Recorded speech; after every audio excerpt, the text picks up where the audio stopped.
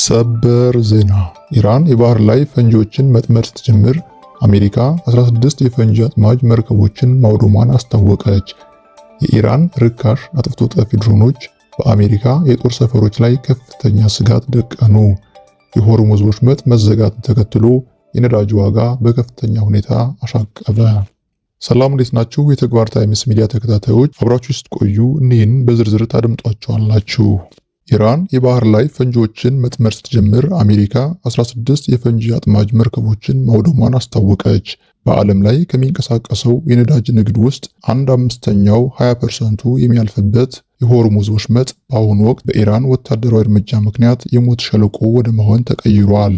የኢራን አብዮታዊ ዘብ ትናንሽ እና ፈጣን ጀልባዎችን በመጠቀም በሰርጡ ቁልፍ ቦታዎች ላይ የባህር ላይ ፈንጂዎችን እየጠመደ መሆኑን የአሜሪካ የስለላ ተቋማት ገልጸዋል።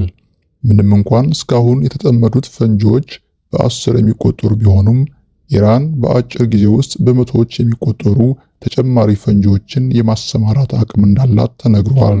ከፈንጂዎቹ በተጨማሪ በፈንጂ የተሞሉ አጥፍቶ ጠፊ ጀልባዎችና የባህር ዳርቻ ሚሳኤሎች ቀጠናውን ለንግድ መርከቦች እጅግ አደገኛ አድርገውታል።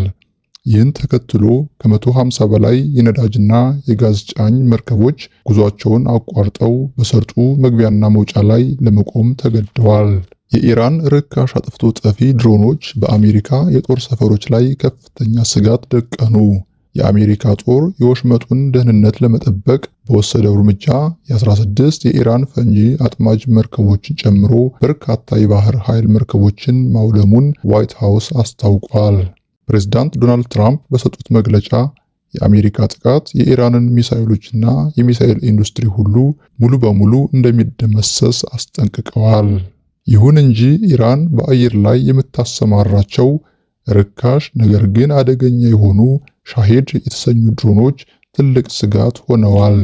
ባለፈው አንድ ሳምንት ውስጥ ብቻ ከ2000 በላይ ድሮኖች ወደ ተለያዩ ኢላማዎች የተተኮሱ ሲሆን በኩዌት የሚገኝ የአሜሪካ ጦር ሰፈር ላይ በደረሰ ጥቃት 6 የአሜሪካ ወታደሮች ተገድለዋል።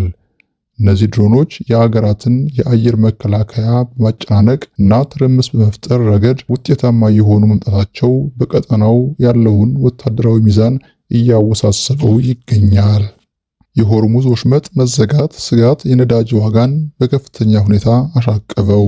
በእስራኤል አሜሪካና በኢራን መካከል የተነሳው ወታደራዊ ግጭት የዓለምን የኢኮኖሚ ደህንነት በከፍተኛ ሁኔታ እየፈተነው ይገኛል። የዜናውን መውጣት ተከትሎ የነዳጅ ዋጋ በዓለም ገበያ ላይ በከፍተኛ ደረጃ የጨመረ ሲሆን ይህም በሌሎች ሸቀጦች ላይ የዋጋ ንረት ሊያስከትል ይችላል ተብሎ ይፈራል። ከኢኮኖሚው አኳያ እጅግ አሳሳቢ ጉዳይ ታዋቂ የሆኑ የባህር ላይ መድን ኢንሹራንስ ሰጪ ድርጅቶች በሆርሙዝ ሰርጥ ለሚያልፉ መርከቦች የሚሰጡትን የጦርነት ስጋት ሽፋን መሰረዛቸው ነው። ይህ ማለት ማንኛውም መርከብ በዚህ መስመር ቢያልፍና ጥቃት ቢደርስበት የሚያካክሰው አካል አይኖርም ማለት ነው። አሜሪካ የነዳጅ መርከቦችን በወታደራዊ ኃይል አጅቦ የማጓጓዝ አማራጮችን እያጠናች ቢሆንም እስካሁን ግን ተግባራዊ ጥበቃ ባለመጀመሩ መርከቦች አሁንም በስጋት ውስጥ ይገኛሉ።